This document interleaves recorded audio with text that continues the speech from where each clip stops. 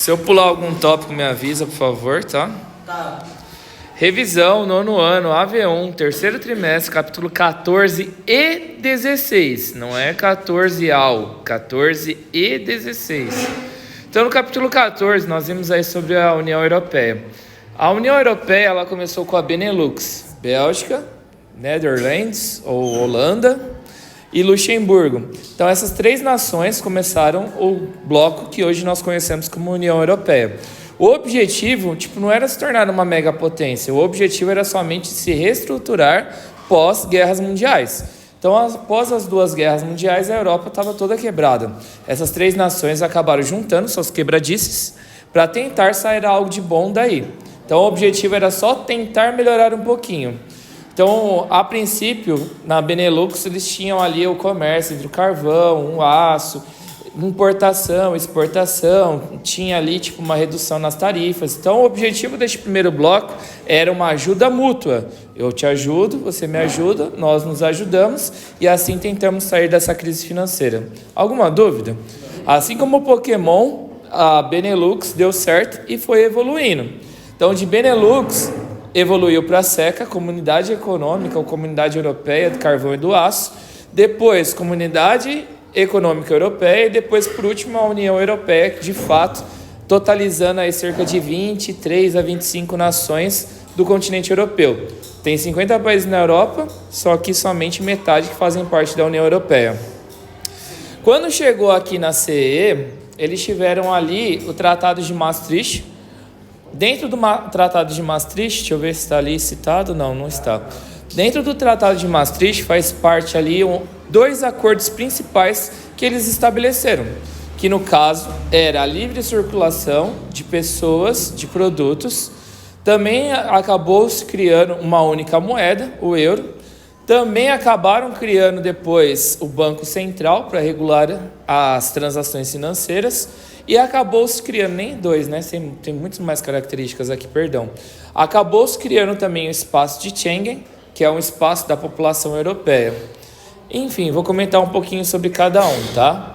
Então, tudo isso começou no Tratado de Maastricht, aqui na Comunidade Econômica Europeia, e depois acabou evoluindo para a União Europeia com um grupo maior de países. Dentro da União Europeia, então, nós temos a zona do euro. É uma região formada dos países que utilizam o euro como moeda padrão. Ah, mas não é todos os países da União Europeia que utilizam, não é toda a Europa que utiliza o euro, não. Desculpa. A exemplo, do Reino Unido, quando fazia parte da União Europeia, não deixou sua moeda, que era a libra esterlina. Então, existe a zona do euro, é uma região, os países que utilizam o euro como moeda. Banco Central, para regular as transações financeiras entre as nações. Porque para estar na União Europeia é necessário você ter mais investimento econômico e infraestrutural do que um investimento em áreas sociais. A exemplo de Grécia, Portugal, Espanha, Dinamarca, que sofreram aí, às vezes até punições de utilizarem tanto dinheiro em áreas sociais do que em infraestrutura industrial, comercial. Então, o Banco Central ele é utilizado para poder regular essas transações econômicas.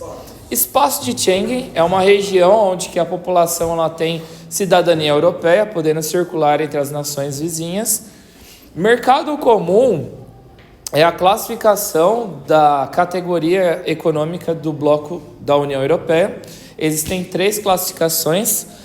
Existe a classificação, a exemplo lá do NAFTA, atual SMK, que é a livre circulação de pessoas. Que é a isenção das tarifas alfandegárias. Então, de importação e exportação entre essas três nações do bloco norte-americano são eliminadas. Depois a gente tem a modalidade do Mercosul, onde que, além das isenções de impostos de importação e exportação, ainda tem um pacto onde que se o Brasil tiver um comércio com a China, a Argentina não pode atravessar este comércio. Vamos supor, o Brasil ele vende lá o gado a 1.000, aí a Argentina quer vender o gado dela a 800, não pode atravessar o negócio do amiguinho, tá? Então essa é uma outra modalidade. E a terceira modalidade que é o mercado comum, aonde que já é muito mais amplo, é só a União Europeia que possui, que é a cidadania europeia, livre circulação de pessoas e de produtos, uma única moeda, Banco Central, um partido político da União Europeia, um exército também da União Europeia, então é algo muito mais amplo. De novo?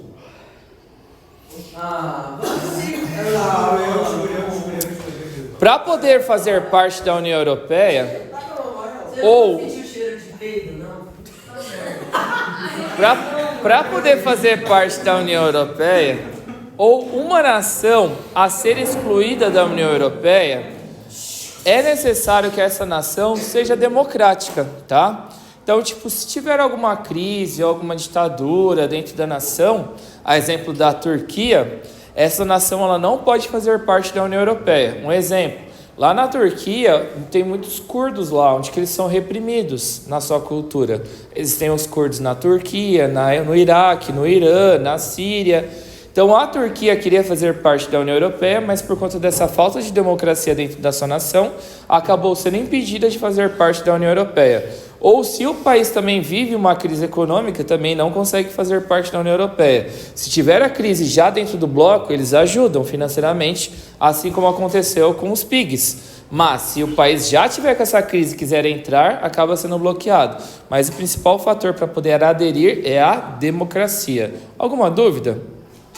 Alguns países também acabaram saindo da União Europeia por conta de querer investir em áreas sociais, ou a União Europeia fiscalizar o seu principal produto, exemplo lá da Noruega, que é o bacalhau, o principal produto econômico deles. Enfim, próximo tópico, os PIGs. Nós temos duas grandes crises mundiais, a terceira acho que agora do coronavírus, né? A segunda foi no ano de 2008, com a quebra imobiliária dos Estados Unidos, acabou afetando o mundo todo. O presidente saiu liberando lá empréstimo lá e as pessoas não pagaram para poder comprar suas casinhas. Então lá na Europa existiu aí 5 países que mais acabaram quebrando com essa crise de 2008. Eles foram denominados como os PIGs: Portugal, Irlanda, Itália, Grécia e Espanha. Os PIGs. E para poder melhorar essa crise financeira foi aplicada ali a política da austeridade, que é a corte de gastos em áreas sociais para investir esse dinheiro aí em áreas infraestruturais comerciais para tentar levantar o país. Último tópico aqui do capítulo 14, o Brexit. BR de britânico, êxito de saída. Então o Reino Unido saiu da União Europeia lá por volta do ano de 2020. E quais são as justificativas para o Reino Unido ter optado por sair da União Europeia? Primeiro, é por conta da crise financeira de 2008. Eles alegam que alguns países do leste europeu e também os PIGs são um atraso para a evolução do bloco. Porque tem que ajudá-los muito e eles agregam um pouco financeiramente. Então, isso daí foi uma das primeiras justificativas. A segunda está relacionada com o espaço de Schengen, onde que é o espaço de cidadania europeia. Lembra do imperialismo? A Europa dominou a África, fez a partilha, que nem divide pizza. Então, vamos supor, um angolano que foi dominado pela França, posteriormente ele pode, lá no Reino Unido a moeda é melhor, então eu posso estar indo lá para o Reino Unido, sair da França por conta do espaço de Schengen. Então muitas pessoas preconceituosas, racistas, xenofóbicas não gostavam dessa situação de um angolano morando na França, depois imigrando para o Reino Unido por conta de fazer parte do mesmo bloco. Então o racismo fez também com que boa parte da população votasse para a saída do Reino Unido da União Europeia. Alguma dúvida? Então essas são as duas justificativas. E lembrando que a libra esterlina vale 7 e o euro vale 6. Então, no caso, a economia do Reino Unido é mais fortificada do que do restante dos países europeus.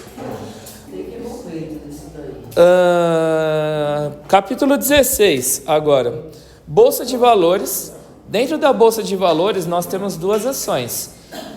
Vamos supor que o Molinari tem uma empresa. Aí o Molinari, ele quer uma empresa de celular.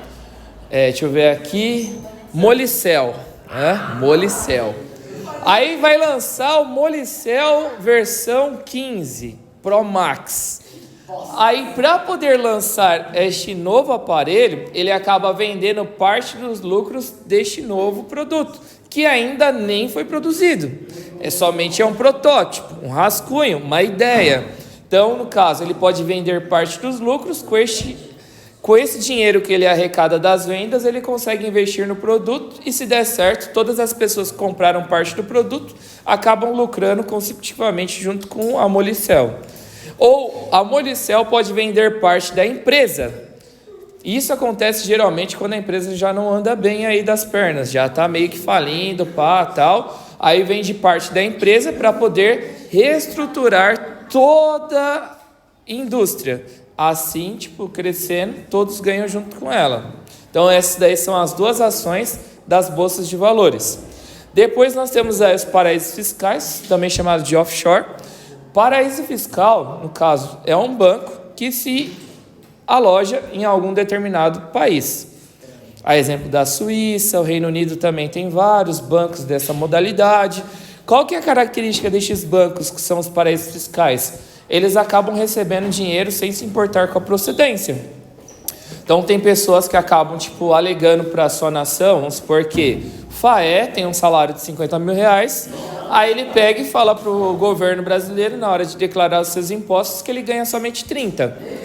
Aí ele pega os 20 e acaba investindo nesse paraíso fiscal para poder ficar livre dos impostos. Então ele vai pagar impostos em cima dos 30 e os outros 20 fica livre para ele. E no caso lá no paraíso fiscal, esse dinheiro ele vai rendendo mensalmente. Ou também tem pessoas que acabam colocando dinheiro nesses paraísos fiscais de forma bem obscura aí, tráfico de drogas, tráfico de animais, tráfico de pessoas, prostituição. Jogadores de futebol também acabam fazendo muito lavagem de dinheiro nesses paraísos fiscais. Então, no caso, esses paraísos fiscais eles não se importam com a procedência do dinheiro que entra dentro do banco, porque para eles o importante é o lucro. Próximo. Do lastro da moeda, a Conferência de Bretton Woods. O lastro da moeda é a seguinte explicação. Para que uma nação ela possa agregar valor à sua moeda, precisa ter uma fonte que reconheça o valor da tal. Lembra da colonização? Portugal extraiu recursos aqui do Brasil e levou lá para o seu país dentro do continente europeu.